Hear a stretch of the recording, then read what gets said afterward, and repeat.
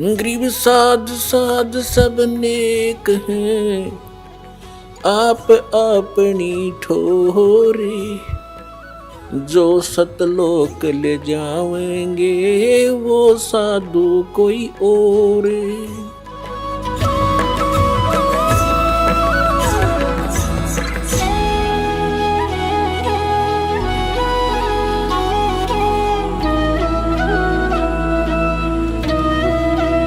तो परमात्मा कहा करते थे कि भक्ति करनी चाहिए भाई। भक्ति के बल से, शुभ कर्मों के करने से आप कहीं भी मृत्यु को प्राप्त हो जाओ। जब आपका संस्कार आता है, आप सीधे अपने उस स्थान पर, उस कर्म आधार से ही आप अपने स्वर्ग या जैसे भी आपका स्थान है वहां जाओगे।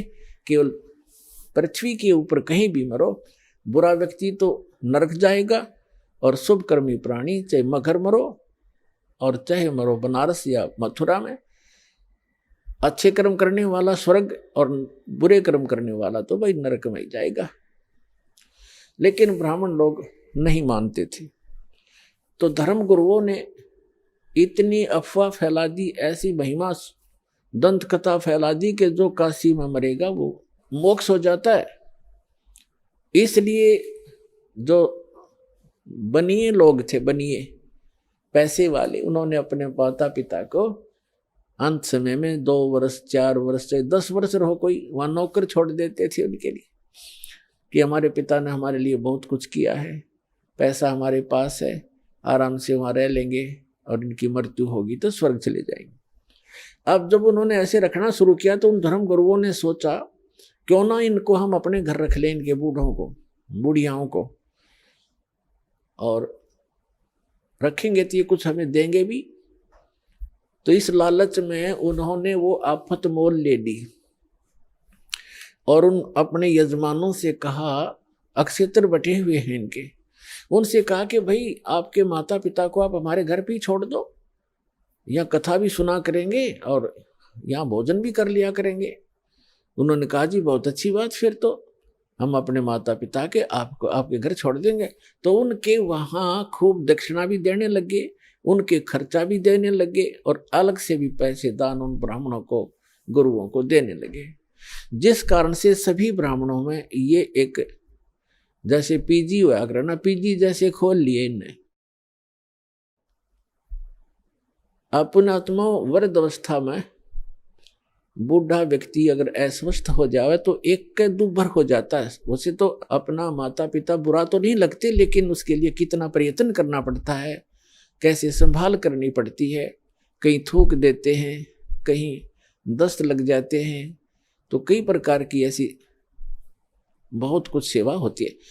तो कुछ दिन तो उन्होंने आया आनंद, और फिर बूढ़े संभालने हो गए मुश्किल।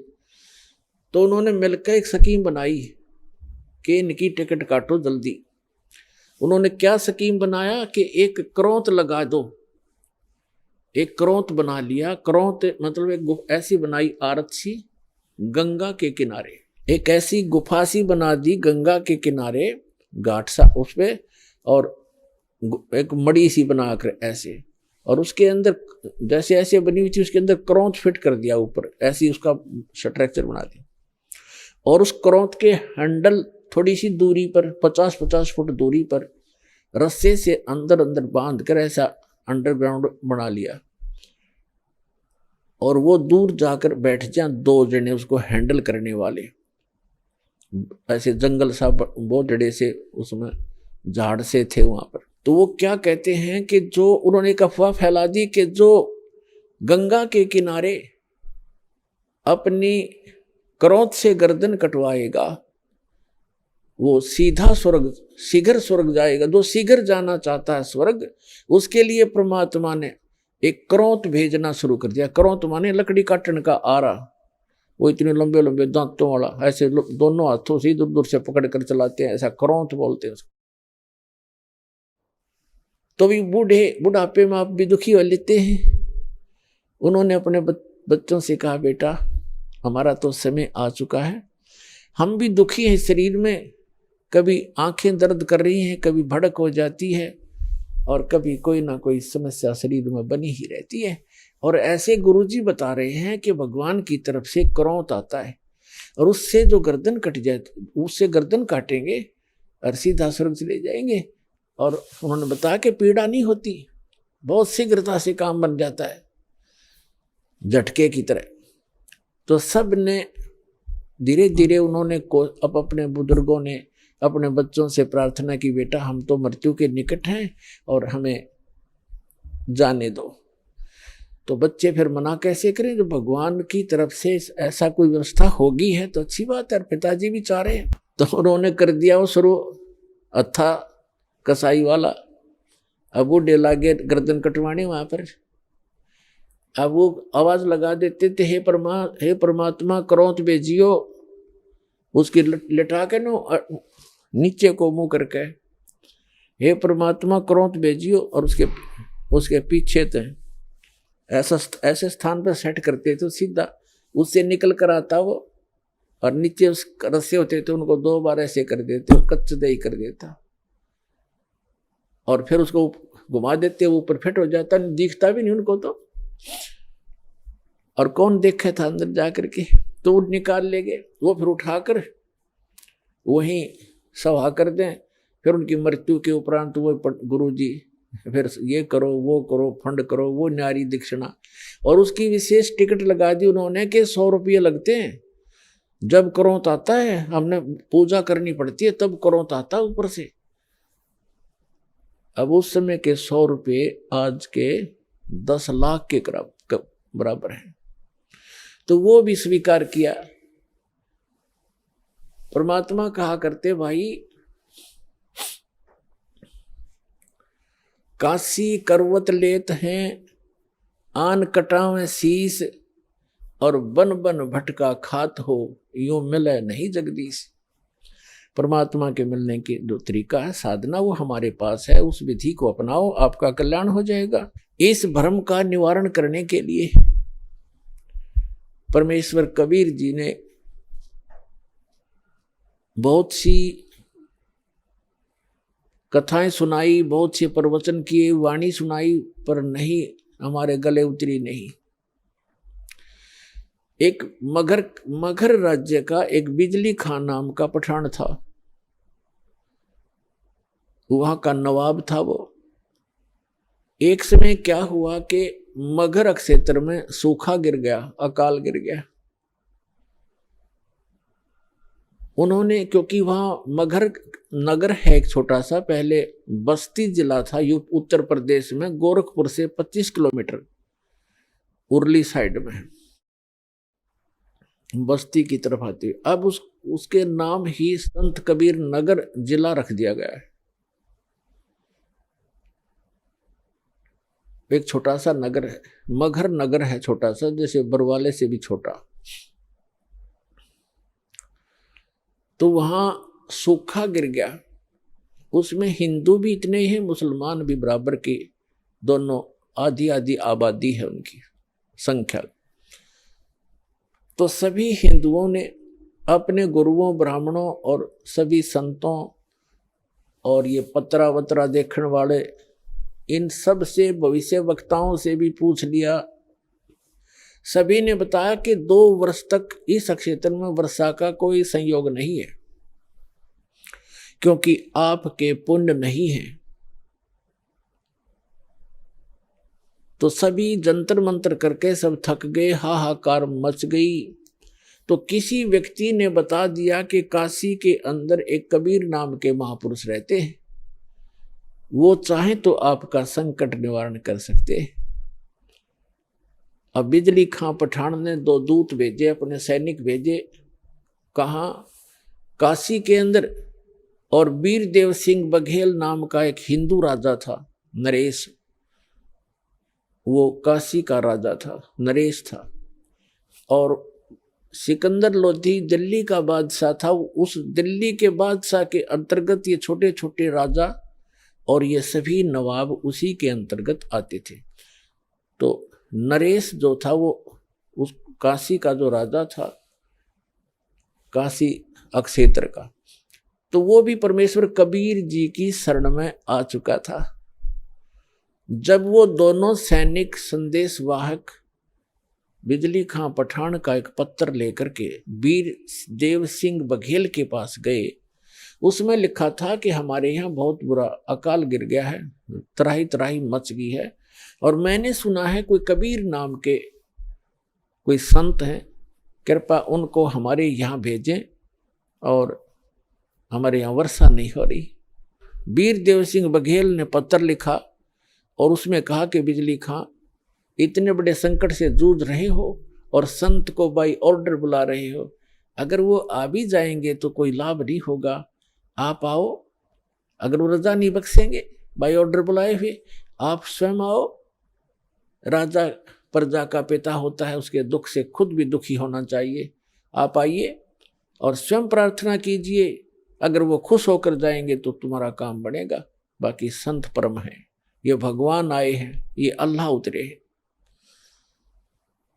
और उनको मौखिक भी समझा दिया दोनों सैनिकों को कि जाके आपके राजा को ऐसे, नवाब को ऐसे बोल दो। उन्होंने आकर के बताया जी ऐसे ऐसे बात है। बिजली खां पठान सैकड़ों की संख्या में अंगरक्षक वो साथ लेकर के चला और वहां पहुंचा कबीर परमेश्वर की कुटिया के पास। दोनों वो नवाब भी और नरेश भी, और नरेश वीर सिंह बघेल तो उनका शिष्य था, दंडवत प्रणाम किया। अब बिजली खान पठान था, इनका एक विधान है कि हम शीश नहीं झुकाया करते अल्लाह के सिवा। वो खड़ा रहा, फिर भी मालिक तो अपने बच्चों को शरण में लेने के लिए सोशल सिद्र करते हैं। अब क्या हुआ, फिर उन्हें बताया भी कैसे आना हुआ। परमात्मा ने पूछा कि ये कैसे आई दो नवाब, दो राजा गरीब की झोंपड़ी पर। तो वीर सिंह ने कहा बिजली खां सुना दे अपनी दास्तां। तो बिजली खां पठान ने कहा भगवान बहुत त्राही त्राही हो रही है महाराज, सूखा पड़ गया है, आप रजा बख्शो। परमात्मा बोले भाई चलो, जैसी मेरी भगवान सुनेगा मैं भी अपनी अर्ज करूंगा। अगर ऐसा कोई दुख है तो मैं अवश्य चलूंगा और अर्ज करूंगा, भगवान ने सुन ली तो। अब परमात्मा को घोड़े पर बैठा करके लाया गया। आगे क्या देखा कि गोरखपुर जो है, वहां एक टीला है गोरखनाथ जी का, और इन संतों में एक खासियत होती है कि वो इस बात से, अब जैसे शरीर छोड़ गया संत, अब इनकी मुक्ति तो होती नहीं, ये यही धक्के खाते रहते हैं। कोई पितर बन गया, कोई भूत प्रेत रूप में, और जो पितर टाइप हो जाते हैं वो शरीर अपना अन्य जो अच्छी कुछ थोड़ी बहुत भक्ति पूर्व जन्म की या वेदों तक की साधना कर लेते हैं, वो कभी भी शरीर में प्रकट हो जाते हैं, दिखाई भी दे जाते हैं और फिर अंतर्ध्यान हो जाते हैं। तो गोरखनाथ ने सोचा अकाल तो ये गिरना ही गिरना है। यदि कोई संत आया और यहां आकर के उसने कोई जंत्र मंत्र करके कोई थोड़ा बहुत छड़का करवा दिया तो तेरी महिमा कम हो जाएगी। अब गोरखनाथ एक तालाब, एक सूखी तलैया थी, छोटी सी जोड़ी खेतों में होती है, थोड़ा सा पानी आ जाए, वर्षा हो जाए तो उसमें 5-4 महीने का जल उसमें भर जाता है, थोड़ा ही होता है वो क्षेत्र। छोटी तलैया उस सूखी पड़ी थी, उसके किनारे वृक्ष के नीचे अपना वो त्रिशूल गाड़ के बैठा, ऐसे आसन पदम लगा के। परमात्मा ने गोरखनाथ को देखा, अरे साधु महात्मा आए हैं, बिजली खां रोको, घोड़े को रोका। कबीर साहब नीचे उतरे, प्रणाम किया, प्रणाम नाथ जी। नाथ जी बोले प्रणाम। तो कबीर परमात्मा ने कहा कि बिजली खां, अरे आपके नगर में देखो कितने महापुरुष बैठे हैं, ये जो चाहे सो कर सकते हैं, अर्ज करो इनसे। बिजली खां पठान ने कहा महाराज जी ऐसे ऐसे बहुत बुरा हाल हो गया, त्राही त्राही मच गई है, और कुछ दया करो, जल की व्यवस्था करो, वर्षा करवाओ। गोरखनाथ जी उठे, त्रिशूल उठाया, उस जोड़ी सूखी तालाब के बीच में जाकर त्रिशूल मारकर ऐसे निकाल दिया। उसमें से एक फुहारा निकला पानी का, और देखते ही देखते वह तलैया पानी की भर गई। वह जोड़ी और परमात्मा कबीर साहब ने कहा, देखो भाई देखो कमाल हो गया, अरे देखो ये तो खुद भगवान उतरे हैं और आपका देखो कैसे इन्होंने पानी पानी कर दिया, वो बन गया काम आपका। देखो अब बिजली खां पठान ने कहा, महाराज जी ये तो शाम तक का भी पानी नहीं, हमारे पशु भी नहीं छिक सकते, तो अर्ज करो महाराज जी, जब इतना कर सकते हैं नाथ जी तो और भी कर देंगे कृपा। तब उसने बिजली खां पठान ने कहा, मालिक ए नाथ जी, हे महाराज जी, वर्षा हो तो बात बने, इस एक तालाब से बात चलेगा नहीं काम, ये तो शाम तक के पीने पीने का भी नहीं काम बनेगा। तब नाथ जी कहते हैं कि इस क्षेत्र में 2 वर्ष तक वर्षा होने के कोई योग नहीं है, ये तो मैंने अपने कोटे से तुम्हें ये जल दिया है, इससे आगे मेरे बस की बात नहीं है, और कोई और हो तो खोज लो उसको। अब बिजली खां पठान ने कहा परमात्मा कबीर साहब से कि महाराज जी, हे संत जी, आप दया करो, इससे तो बात बनेगी नहीं। तो जहां गोरखनाथ बैठे थे उससे 100-200 फुट पर, उधर जंगल वन बहुत होते थे, उसमें वृक्ष बहुत होते, 100-200 फुट की दूरी पर एक वृक्ष के नीचे परमात्मा बोले, भाई मैं यहाँ बैठता हूँ और परमात्मा में धुन लगाता हूँ और अर्ज करता हूँ भगवान से, और आप अपने घर जाओ, मेरी अर्ज सुनेंगे तो वर्षा हो ही जाएगी। अब वीर सिंह वो बिजली खां पठान और सभी जो भी उनके साथ थे अपने नगर की तरफ चल पड़े। मगर से 1.5 किलोमीटर की दूरी पर वो स्थान है। ये दास उसको देख कर आया है, बहुत से बच्चों के साथ हमारे भक्त भी गए थे, तो वहां बैठ गए। कबीर साहब ऐसे कहते हैं, लाल प्रगट नहीं हुआ करते, ऐसे भोले से बनकर जैसे भगवान से अर्ज कर रहे हैं, धुन लगा रखी है, धुन भगवान में धुन लगाई, और मुश्किल से वो आधा किलोमीटर गए होंगे बिजली खां पठान और उसके सारे सैनिक से। इतनी जबरदस्त घटा उमड़ कर आई और मूसलधार वर्षा होने लगी। बोल सतगुरुदेव की जय हो, कबीर भगवान की जय हो।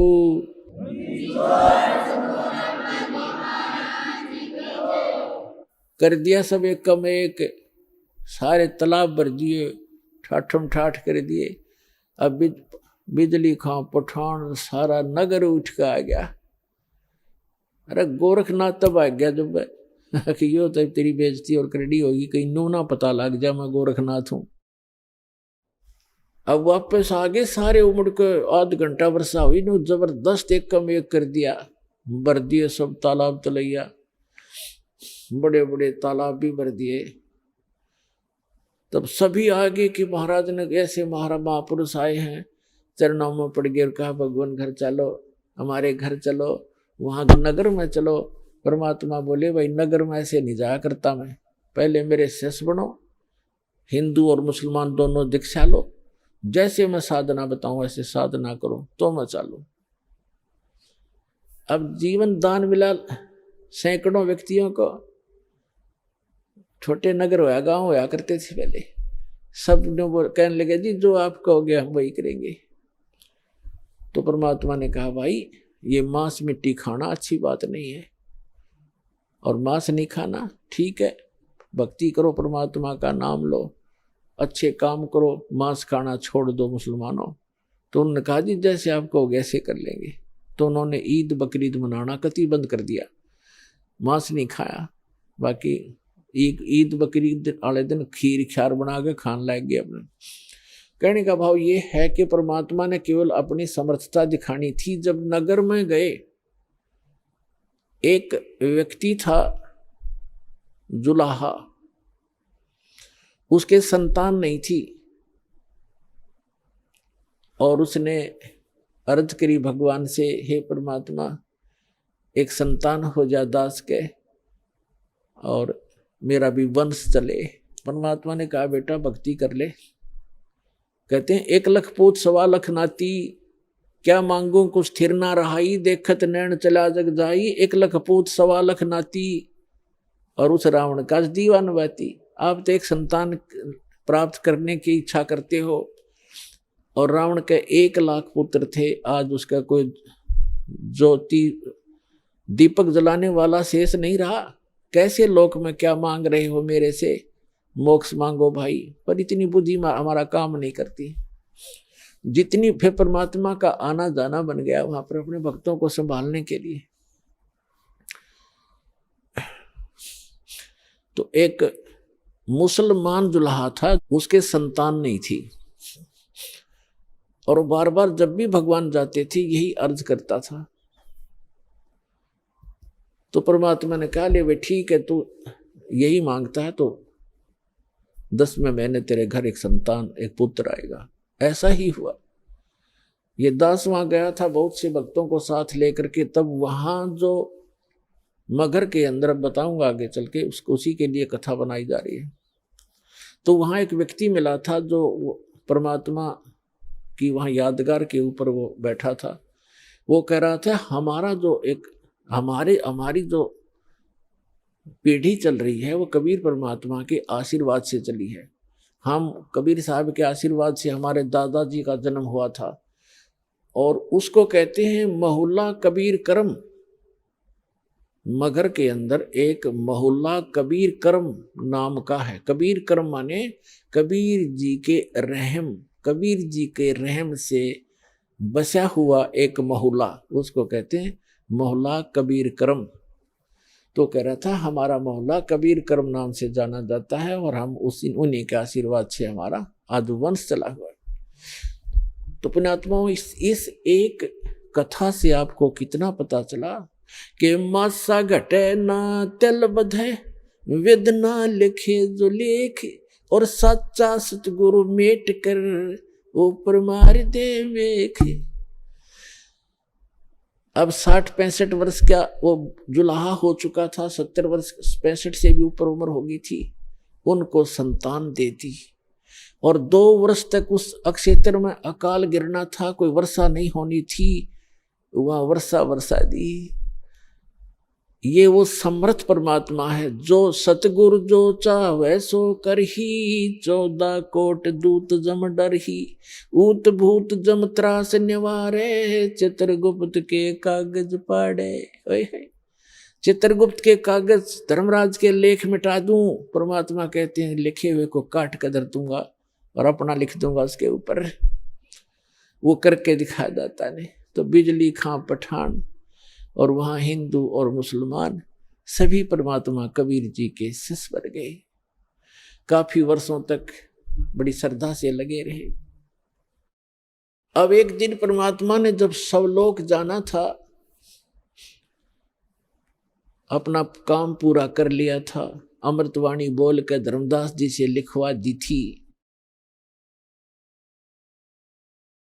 तो उन्होंने कहा, भी मैं काशी के पंडितों, आप ये कहते हो कि जो काशी में जो बना उसमें काशी में मरता है वो स्वर्ग जाता है, मगर मरेगा वो गधा बनता है, नरक जाता है। मैं मगर में शरीर त्यागूंगा, और अपने सारे जंतर मंत्र ये पोथी पत्रे साथ ले लो, और सारे आप अपने नक्षत्र भी नोट कर लियो। इस नक्षत्र में मरने वाला, इस पृथ्वी पे मरने वाला जो तुम अटकलबाजी लगाते हो, कहाँ जाएगा? इस बात का सब जगह जोर शोर से प्रचार हो गया। सब में आग की तरह बात फैल गई कि कबीर जी मगर में मरने का दावा करते हैं, और देखेंगे भी वहां गधा बनेंगे, स्वर्ग जाएंगे या नरक जाएंगे। वीरदेव सिंह बघेल कबीर परमात्मा के शिष्य थे। उसने भी अपने सैनिक साथ ले लिए, और साथ में और भी बहुत गुणे, कोई हजारों की संख्या में दर्शक काशी और आसपास के गांवों के और मगर के आसपास के गांवों के इस बात को सुनकर इकट्ठे हो गए। और परमात्मा का 120 वर्ष की आयु, लीला में आयु थी भगवान कबीर साहब की उस समय, 120 वर्ष की आयु में। और बनारस से लेकर मगर लगभग 125 किलोमीटर 150 किलोमीटर का अंतर है। पैदल गए थे और 3 दिन में पहुंचे। अब वहां जाकर के अब बिजली खां पठान को पता चला कि गुरुजी आ रहे हैं, उनकी खातिरदारी के अंदर खूब तैयारी करवा दी सारी। अब जहां पर परमात्मा की यादगार बनी हुई है वहां परमात्मा कबीर जी जाकर बैठ गए।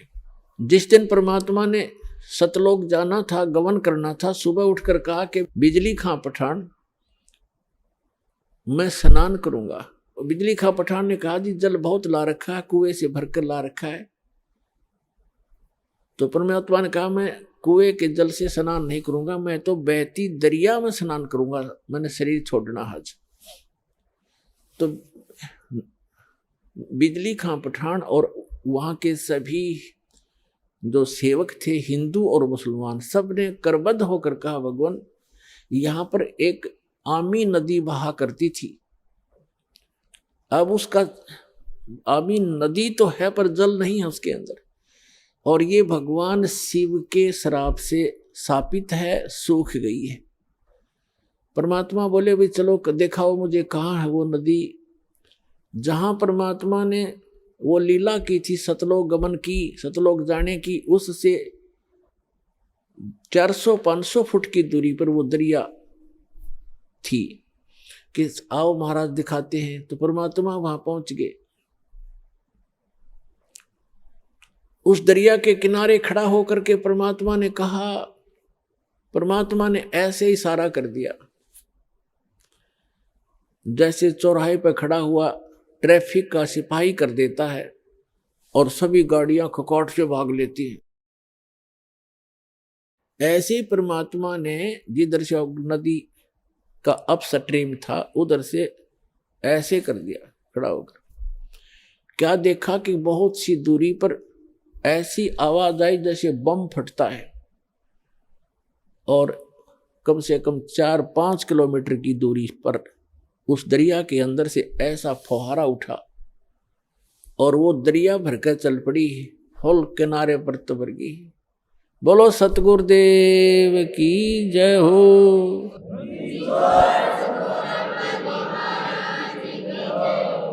और देखते ही देखते हुआ किनारे को चाटने लगी, फुल होगी कतई, सब नावों मुल गए। अरपियों में पानी ऐसा जैसे कदे आज तक देखा नहीं सा मीठा पानी, क्योंकि सतलोक से भेजा भगवान ने। गंगा के पानी को भी माफ कर दे, ऐसा जल उस समय बहने लगा। सबने स्नान किया, क्योंकि वहां तो कई हजारों की संख्या में दर्शक गए हुए थे, सब मलमल करना आए।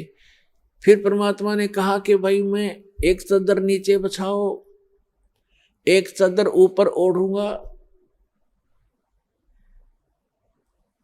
और मैं यहां शरीर छोड़ूंगा। फिर परमात्मा ने देखा एक तरफ हिंदू खड़े हैं, एक तरफ मुसलमान खड़े हैं। एक तरफ वीरदेव सिंह बघेल खड़ा है, काशी का नरेश हिंदू राजा, एक तरफ बिजली खां पठान खड़ा है, मुसलमान नवाब, और उसके सैनिक साथ हैं, उसके भी सैनिक उनकी साइड में खड़े, और अन्य जनता भी बहुत खड़ी है, मुसलमान इधर, हिंदू साइड में। वो तो अंतर्यामी थे, फिर भी उनसे पूछना चाह रहे थे कि बिजली खां पठान आपने ये शस्त्र किस लिए ले रखे हैं? वीरदेव सिंह बघेल, आपकी सेना और ये तुम दोनों सेनाओं ने शस्त्र किस लिए लेकर आए हुए? मुझे क्या खतरा था? तो वीर सिंह बघेल बिजली खां पठान वो तो बोल नहीं सके। अन्य जो जनता थी हिंदू और मुसलमानों में से कहने लगे गुरुदेव, हिंदू वाले कहने लगे आप हमारे गुरु हैं, हम आपका अंतिम संस्कार अपने हिंदू रीति से करेंगे, इन मुसलमानों के हाथ नहीं लगने देंगे। मुसलमान कहने लगे आप हमारे पीर हो और हम आपका अंतिम संस्कार अपने अनुसार से करेंगे, अपनी रीति से करेंगे, इन काफिर हिंदुओं के हाथ नहीं लगने देंगे। परमात्मा बोले रे भले आदमियों, 50 वर्ष तक मैंने तुम्हें क्या शिक्षा दी? हिंदू और मुसलमान तुम आज भी दो बने बैठे हो, तुम्हारी बुद्धि पर पत्थर गिर गए हैं। और पुण्यात्माओं, दास जो शब्द बतावेगा, जो भी ज्ञान कहेगा, 100% समझ लेना, बिल्कुल 100% सच समझ लेना। उस समय एक विशेष रूमर थी कि एक ऐसा भयंकर समय आने वाला है कि आपस में ग्रह युद्ध होगा, जनता एक दूसरे को काटेगी, कारण का पता नहीं। ऐसा वो भविष्य वक्ता बताया करते थे। ऐसी अनहोनी होगी, ऐसा जुल्म होगा और कत्लेआम होने की ऐसे लक्षण उनके पत्रों में, उनकी जो भविष्य की किताबों में वर्णन था। और काल तो ये चाहता ही है कि नाश हो जावे, इनका बुरा हाल हो, और मरते समय ऐसे संत के ऐसे हो जाए तो लोग इन्हों कहेंगे ऐसा कलम हुआ था, कौड़ नाश करा गया, क्या एक संत था वो। तब परमात्मा ने कहा भाई बात सुन लो बच्चों, तुमने मेरी सीख पर, मेरी शिक्षा पर अमल नहीं करा, अब तो अपने लालच वश मेरे शिष्य बने रहे, पर मेरी बात सुन लो, मेरा काला मुंह मत करो, मेरी एक अंतिम पुकार सुन लो तुम। मेरा शरीर इस, वैसे तो चदरों के बीच में शरीर नहीं मिलेगा, कोई अन्य वस्तु मिलेगी, उसको आधी आधी बांट लेना, एक चदर हिंदू ले लेना, एक मुसलमान ले लेना, और शरीर मेरा मिले तो आधा आधा काट लेना, ये मेरा आदेश समझ लेना। पर बेटा तुम लड़ियो मत, कुछ भी कर लेना इस मिट्टी को, चाहे तो हिंदू रीति कर लो और चाहे मुसलमान रीति से कर लो, तो मिट्टी हो चुकी है, जीव जा चुका होता है। तुम कुछ आंखें खोलो तो तब तो वो शांत हो गए, कोई बात ना, एक बार शरीर छोड़ने दो फिर देखेंगे। और इरादा वो यही था कि छिन्नम चपटा करेंगे, लट्ठम लट्ठा करेंगे, छीनेंगे, पूरा सब लेंगे, आधा आधा थोड़ा काटा जाता गुरु जी को, वो तो अंतर्यामी थे, जान गए। तो नीचे एक चादर बिछाई, भक्तों ने श्रद्धा से नीचे 2-2 इंच फूल बिछा दिए, सुगंधित फूल 2-2 इंच, गुरु जी लेटेंगे, और ऊपर से दाता ने एक चादर ओढ़ ली। 2 मिनट के बाद परमात्मा ने आकाशवाणी ऊपर से कहा कि ए पंडितों, ए भविष्य वक्ताओं, अब अपना जंतर मंत्र लगाओ, मैं कहाँ जा रहा हूं। और कहा परमात्मा ने कि उठा दो पर्दा, इसमें नहीं मिलेगा मुर्दा, क्योंकि हम अविनाशी हैं। जब ऊपर उन्होंने देखा कि भगवान तो वो जा रहे हैं, वो जा रहे हैं, और चादर उठाई तो सब के आकार के सुगंधित फूल मिले, परमात्मा का शरीर नहीं मिला, वो तो सह शरीर सतलोक चले। बोलो सतगुरुदेव की जय हो।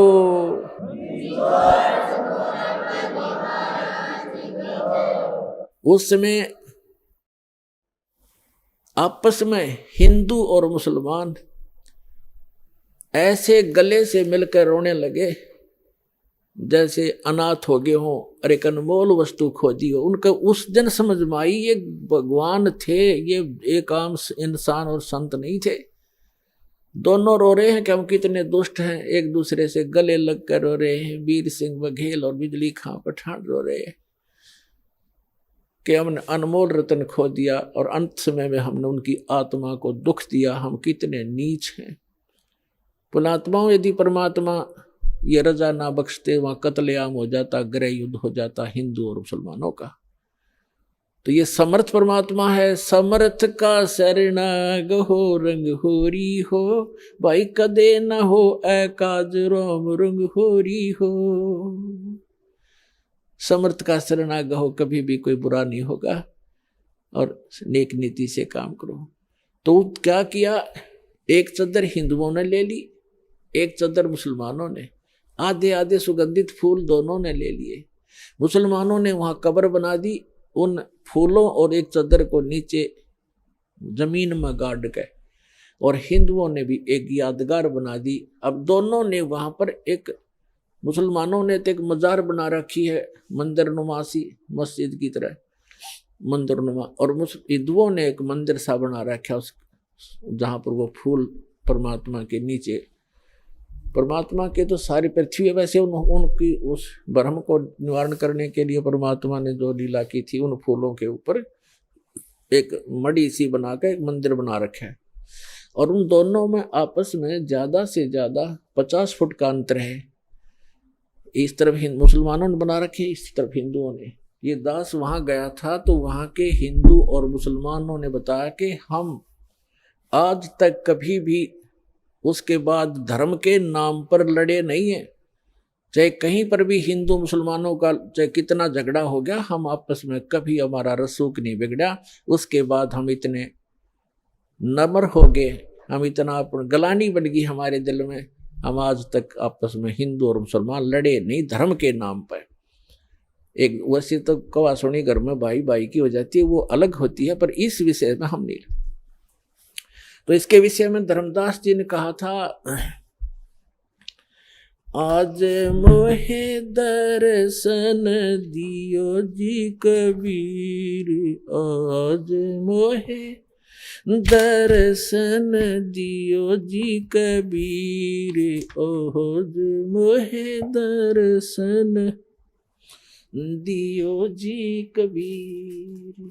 सतलोक से चल कर आए, सतलोक से चल कर आए, काटन यम की जंजीर, आज मोहे दर्शन दियो जी कबीर, आज मोहे दर्शन दियो जी कबीर।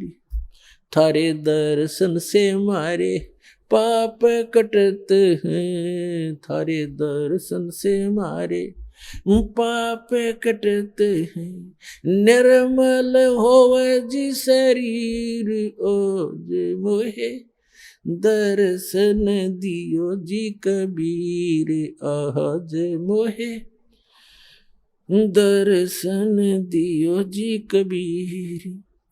अमृत भोजन मारे सतगुरु जी में, अमृत भोजन मारे सतगुरु जी में, ये शब्द दूध की खीर, आज मोहे दर्शन दियो जी कबीर, आज मोहे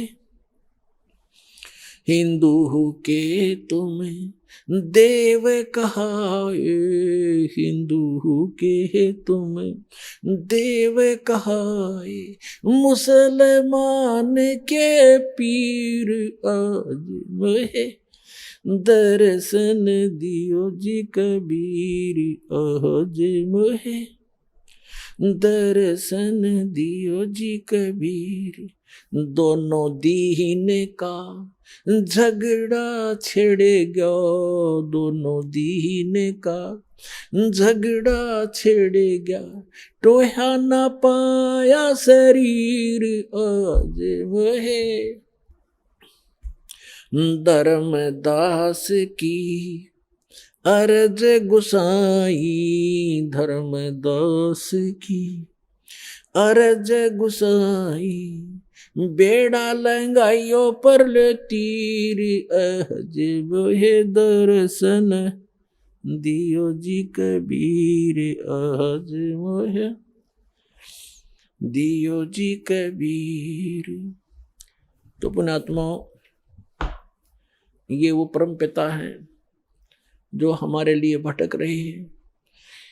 आप इस भक्ति काल के समय के लिए ये परमात्मा अपनी छाप छोड़ गए।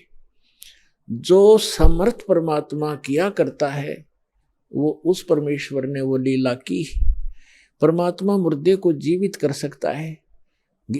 ऋग्वेद मंडल नंबर 10 सूक्त 161 के मंत्र नंबर 2 में कहा है, पर यदि रोगी की आयु समाप्त होगी हो, इतना क्षीण शरीर हो गया हो और मृत्यु को भी प्राप्त हो करके मृत्यु देवता के पास चला गया हो, तो समर्थ परमात्मा अपने भक्त को उससे भी छुटवा कर वापस ले आता है और 100 वर्ष तक का स्वस्थ जीवन उसको देकर 100 वर्ष की आयु उसको प्रदान कर देता है। बोलो सतगुरुदेव।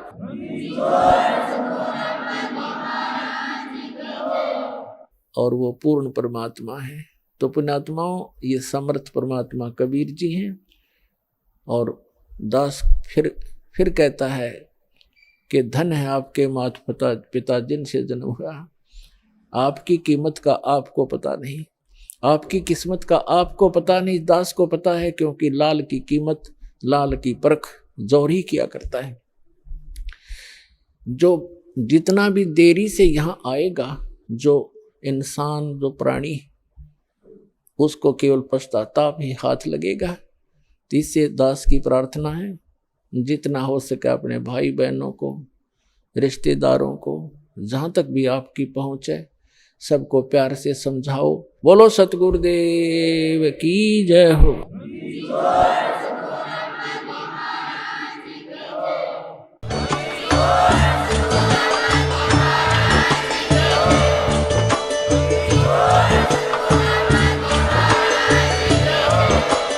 आप सुन रहे थे जगत गुरु तत्वदर्शी संत रामपाल जी महाराज जी के मंगल प्रवचन। अधिक जानकारी के लिए विजिट कीजिए हमारी वेबसाइट www.jagatgururampalji.org। संत रामपाल जी महाराज जी के शुभ आशीर्वाद से पूरे विश्व भर में 500 से भी ज्यादा नाम दीक्षा केंद्र हैं, जिन पर संत रामपाल जी महाराज जी द्वारा ऑनलाइन निशुल्क नाम दीक्षा दी जा रही है। अपने नजदीकी नाम दीक्षा केंद्र का पता करने के लिए संपर्क करें 8222880541।